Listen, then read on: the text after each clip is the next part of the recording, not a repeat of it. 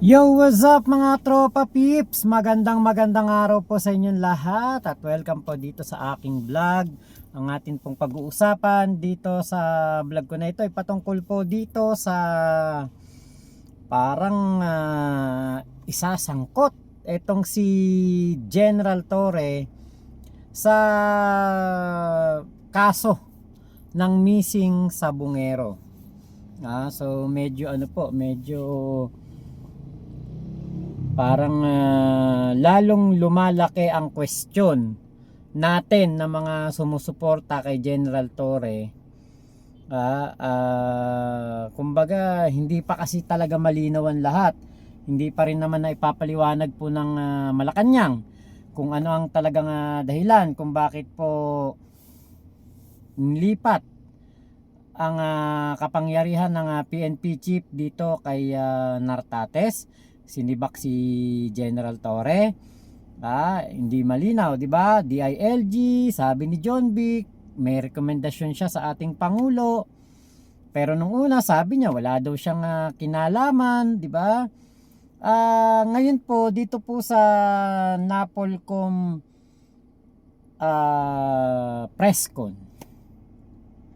nabanggit po ang pangalan ni General Torre. At parang may insinuation. May mga parang alam niyo yon yung 'di ba kapag kunwari tayo ay merong kausap na tao, 'di ba malalaman naman natin kung yung tao ay parang umiiwas pusoy lang, kung merong iniingatan o merong iniiwasang sagutin, o merong parang kinakatakutan na banggitin. So yun yung ating napansin dito sa Napolcom. So ngayon ito po yung press ko na yan. Pakinggan po natin. Sir, follow up ko lang kasi kanina nabanggit po sila General Torre and si spokesperson. So, kasi sir, quote unquote, sinabi po ni Police Brigadier General Jen Fajardo na nagtatrabaho lamang daw po ang mama. So, yun po yung sinabi niya sa mga nakaraang press briefing regarding this. So sir, may possibility po ba na silipin din po natin yung mga naging justify nila Fajardo and same with General Torre for this investigation, sir? Ulitin ko po, lahat po ay iniimbestigahan. We are aware of those statements. We are aware of facts. Let's just say that no sacred cows. Kung ano po ang kalalabasan ng investigasyon na currently ongoing pa rin, in spite of the two cases filed, tuloy-tuloy po ang investigasyon ng National Police Commission, and we will solve this problem for the Filipino people. Bago malinis po, kasi noong una po, sinabi kaya siya nilipat. Ayun. So dun pa lang di ba? Parang mapapansin mo na yung sagot na yon ni Sir Kalinisan. Parang malalaman mo na merong meron siyang gustong sabihin na hindi pwede. Meron siyang nalalaman na bagay-bagay pero hindi po ito hindi po niya ito pwedeng sabihin sa atin o ipaalam sa media. Doon po sa kanyang sinabi na yon na walang sacred cow, lahat ay iniimbestigahan. So parang indirect lang na sagot, pero yun na yung sinasabi na lahat nga po ay posible na maimbestigahan at kasama si General Torre dito po sa na ito, sa investigasyon na gagawin o ginagawa po ng DOJ. Yun lang yung maliwanag para sa akin, kasi kung sa pakikipag-usap nitong si Professor si Attorney Kalinisan, hindi lang niya masabi ng diretsa, parang meron siyang iniiwasang sabihin, di ba? Yun yung aking palagay na parang meron siyang iniingatan pa. Meron pa siyang kumbaga parang nire-reserve na hindi dapat natin malaman sa ngayon. Ito pa po yung video, tuloy pa natin. Ay personal choice po ni General Macapas. So, ang tanong ko po ngayon, bakit po ba siya nilipat sa Region 12? May kaugnayan pa rin po ba dun sa kanya mga supposedly violations or complaint doon sa Mrs. Sabongeros case? I think the better person to answer that question is no less than the Secretary of Justice. He has answered that question very clearly. And I think you just have to do your research sa archives kung ano sinabi ni DOJ Secretary Boying Rimulya. Klarong-klaro yung sagot ni Secretary Rimulya. Yes, from PTV4. Alam natin 'di ba, na parang etong si Macapas po ay ang dating nakikialam sa Bungero case investigation.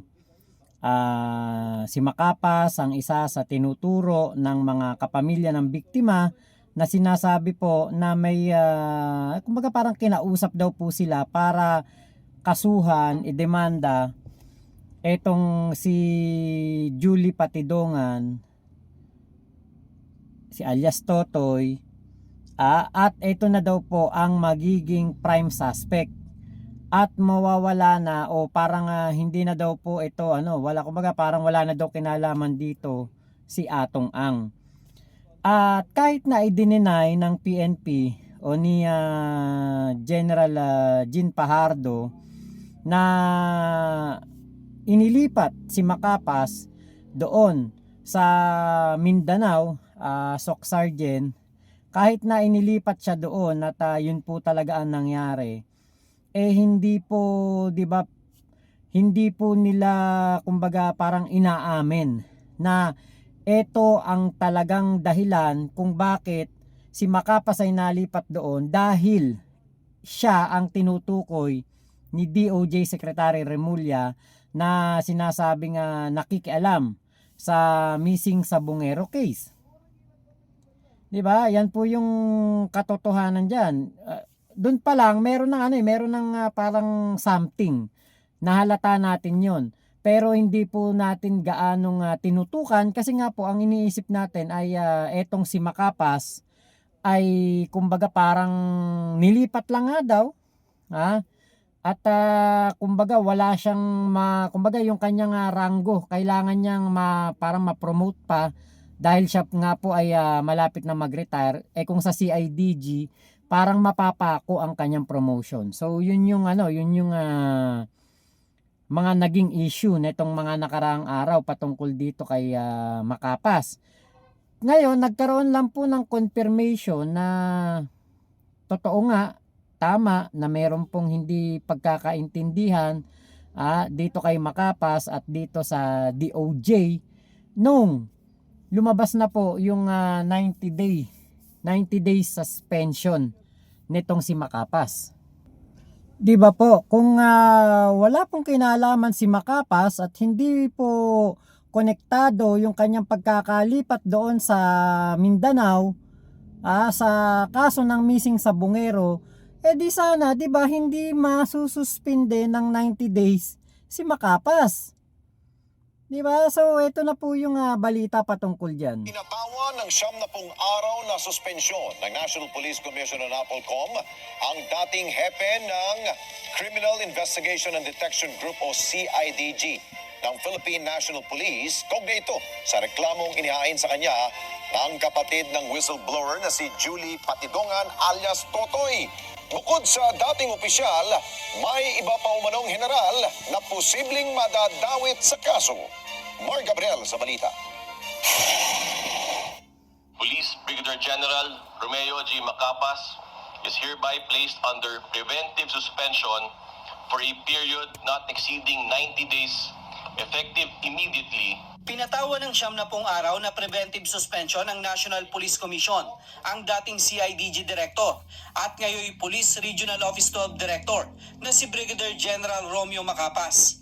Ayon kay NAPOLCOM Vice Chairman, Attorney Rafael Vicente Calinisan, nakitaan nila ng matibay na basehan ang reklamong administratibo na grave misconduct at conduct unbecoming of a police officer na isinampa ni Ilakim Patidongan, kapatid ng whistleblower na si Julie Patidongan.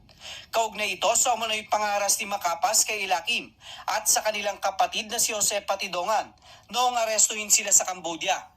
Kasama rito ang pagkumpiska sa kanilang cellphone at pagbura umano sa ilang mahalagang mensahe. Respondent altered the messages contained in the cell phones by deleting some of the messages. He even allegedly concealed the SD cards of the cell phones despite knowing that these are material evidence in the missing Sabongeros case. That the charge is serious or grave and the evidence of guilt is strong. Nilinaw naman ng NAPOLCOM na hindi pa ito parusa dahil nagpapatuloy pa ang pagdinig ng kanilang Legal Affairs Service sa kaso kung saan ilalatag ang lahat ng ebidensya ng magkabilang panig. Giit ng NAPOLCOM, hindi pa natatapos kay General Macapas ang kanilang investigasyon dahil patuloy pa nila itong lumalawak. Kasama sa sinisilip nila ang naging pahayag ng ilang opisyal na tila nagtatanggol kay General Macapas sa pagsasabing ginawa lang ni Macapas ang kanyang trabaho. We are aware of those statements. We are aware of facts. Let's just say that no sacred cows. Well, hindi naman pwedeng you're looking into an investigation tapos nakapikit yung mata mo for certain personalities. Kung sino talaga ang kasama dyan, yun ang kasama dyan. Patuloy namang umaapila ang NAPOLCOM sa isa pang witness na nagtuturo sa 4 pang matataas na opisyal ng PNP, kabilang ang ilang general na umano'y sangkot sa kaso ng missing Sabongero. Umaasa sila na magsusumite ito ng opisyal na salaysay upang maidagdag sa mga nakasampang reklamo. Nalulungkot ako kasi mahaba listahan. Totoo lang. Mahal na mahal ko ang organisasyon ng Philippine National Police. Pero yun nga, we just need to do our job. Samantala, sinubukan nating kunin ang panig ni General Macapas kaugnay sa kanyang suspensyon, ngunit hindi siya sumasagot sa aming text at mga tawag. Una nang iginit ng general na harapin niya ang kaso sa NAPOLCOM at ilalatag ang kanyang depensa. Mar Gabriel, para sa mata ng Ayan na. Agila. Matatag. Nako. Nako talaga, 'di ba? Kita nyo po itong ating sinusundan na istorya ng missing Sabongero. So confirmed, 'di ba? Si Macapas ay yung tao o yung binabanggit ni DOJ Secretary Boying Remulla na mataas ang ranggo sa PNP na nakikialam sa kaso po ng mga Sabongero. Ngayon po, si Colonel General Jean Fajardo, tinanggal din po siya as PNP spokesperson. Panahon pa ni Digong, ang alam ko na spokesperson na yan ng PNP hanggang kay Chief Marbil, hanggang kay General Torre, siya po ang spokesperson, pero tinanggal, di ba? At ang paliwanag diyan ng PNP, meron naman daw pong ibang kumbaga parang ibang sangay ng PNP na siyang nagbibigay ng mga information, parang PIO, PNP PIO, na nagbibigay ng information sa mga tao kung ano ang nangyayari sa PNP, kung ano ang kumbaga kanilang ginagawa. Etong PIO ang nangangasiwa dyan. So parang nadodoble lang daw po, kaya tinanggal na lang si General Jean Fajardo. Ngayon, dahil nga tingin ko dahil sa pahayag ni Jean Fajardo na etong si General Macapas ay nagtatrabaho lang at wala naman itong kumbaga ginagawang masama, parang pinagtatanggol nga po, 'di ba? Yun yung napasama. Yun yung nakapasama dito kay Colonel Jean Fajardo, kaya po natanggal siya sa PNP spokesperson. Yun yung aking palagay, yun yung naging dahilan talaga kung bakit siya ngayon ay wala na po siya as a PNP spokesperson. Kasi lagi nating napapanood, lagi natin siya nakikita, lagi natin siyang kumbaga siya yung mukha ng PNP, si General Jean Fajardo sa ilang taon niya sa PNP spokesperson. Siya yung talagang masasabi natin na kapag PNP, Jean Fajardo yan, 'di ba? Pero yun nga po wala na siyang kumbaga hahawakan na pwesto ngayon. Pa rin siya, Brigadier General pa rin siya, pero hindi na siya spokesperson. So yun lang po yung naiba. Ngayon, bakit si General Torre ay nababanggit nga po dito sa ano na ito, issue ng missing sa Bungero? Siya ba ay merong ano, parang kinampihan o meron ba siyang kumbaga pinoprotektahan? Ako sa aking palagay wala. Hindi siya ano, hindi siya kumbaga ano diyan, masasangkot diyan. At alam natin na si General Torre eto nga si General Torre, alam niyo po ba na involved lang ito nung nakaraang 2023 yata 'yon. Na-involve lang po sa isang yung naalala ninyo yung dating tauhan ng PNP na nanutok ng kagamitan, nanutok ng nanutok ng ano ba? Kasi hindi natin pwede sabihin Nanutok ng ng kargada. Ayan, nanutok ng kargada dahil sa isang pangyayari sa kalsada. May nakagitgitan siyang siklista at nangyari binatukan niya ito at tinutukan ng kargada. Ngayon, nung humarap po ito sa Quezon City Police District na si General Torre ang QCPD director noon o chief, QCPD chief, ayun nga po at merong kumbaga ginawa si General Torre na inilabas niya itong tao sa presscon. Nagpa-presscon si General Torre. At yun ay binatiko si General Torre diyan, binatiko siya. At kinwestiyon ang kanyang ginawa na teka bakit pina-presscon mo yan, ganun ang mga katanungan noon kasi na-vlog ko yan, nag-trending yan doon nangyari na si General Torre resign kagad, nag-resign kagad, talagang umalis kagad siya sa pwesto para daw hindi mabahira ng gagawing investigasyon, para hindi po magka-problema ang PNP sa kanyang ginawang pagpapa-interview dyan po sa nasangkot sa sa panunutok ng kargada at pambabatok sa siklista na dating pulis. Ayun na nga po yung nangyari at talagang umalis si General Torre doon. Ngayon nawala na yon. Kumbaga parang nakalimutan ko na yun Hindi ko na ganong naisip yung pangyayari na yon. Ang sumunod na nangyari o issue na dito kay General Torre ay yung inilipat siya sa Davao. At nung lumaon siya na ang naging leader para mahuli itong si Kibulok doon sa KOJC. Yan po yung mga nangyari noon. Yan po yung mga kumbaga napanood natin mga nangyari noong kapanahon na yon. Kaya natatandaan ko kumbaga yun yung aking nasubaybayan. Ngayon po, 'di ba? Eto na nga po, talagang kumbaga parang tumagal na ng tumagal hanggang si General Torre ay naging PNP chief na. 'Di ba? Andiyan na talaga naging na talaga si General Torre na kumbaga yung kasikatan niya na. Dahil nga po sa pagkakahuli niya kay Kibulok at dito kay Digong, yun nang naging niya kumbaga parang stepping stone niya para sumikat at maging PNP chief. Pero, 'di ba? Dito sa nangyari ngayon sa PNP na parang ang dating siya po ay parang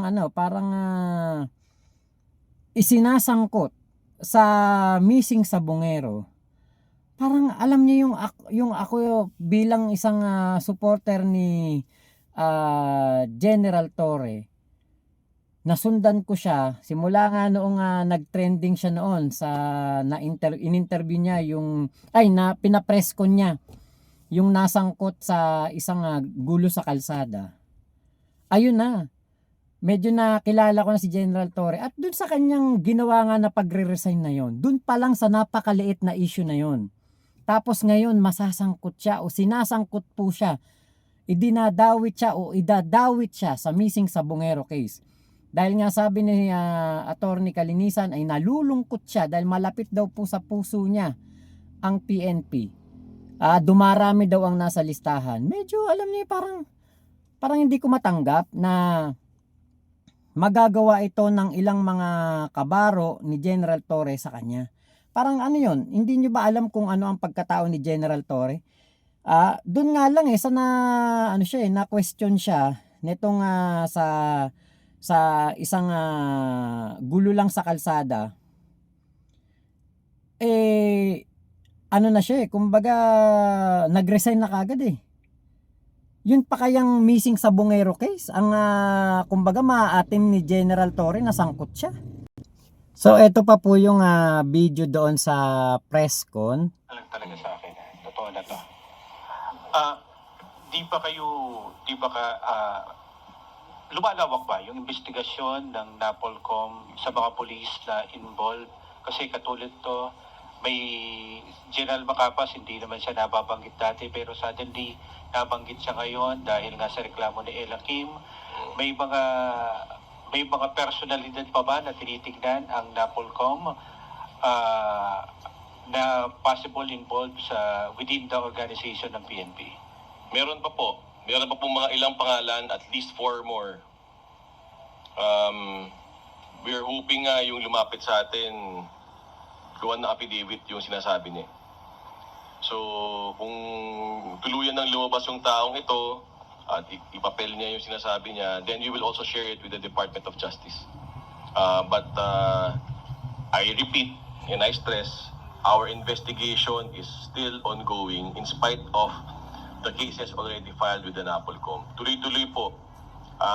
Hindi po pwedeng yung justice partial. Kailangan po buo para po mas matuldukan na natin itong yugto na to sa kasaysayan ng bansa natin. So, kung ano pong kailangan pang investigasyon at sino pong kailangan investigahan, tuloy lang po tayo. We are looking to at least 4 more names here in the National Police Commission kung anong posibleng involvement pa nila o nila kung sakasakali dito sa missing sa Bongeros case. Police yun. Talagang iba talaga. Dapat nag-nidyaman na lang ako Okay na yun. Okay na yung 4. Active policeman. Sir, anong connection ng 4 kay General? Yes, Miss Marlene. Okay na yun.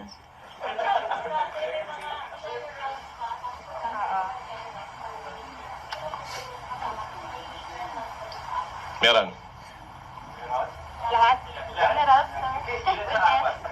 Okay na yun.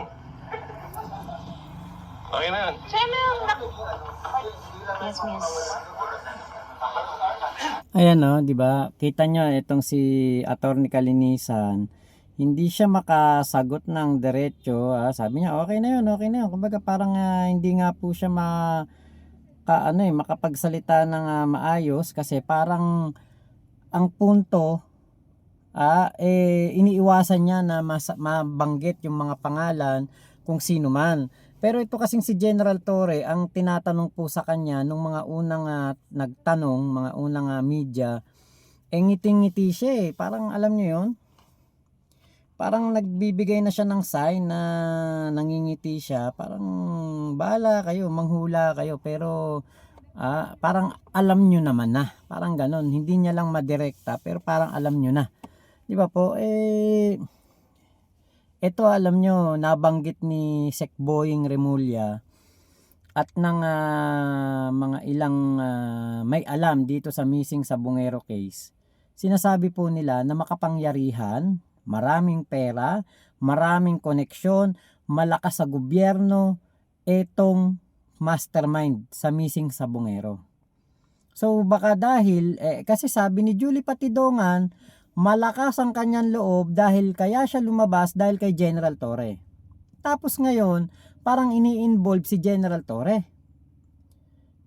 Dito na parang ako nakapag-isip na baka dahil sa, hindi ko alam kung ano ang relasyon o kung ano ang pagsasamahan ni General Torre at ni Macapas.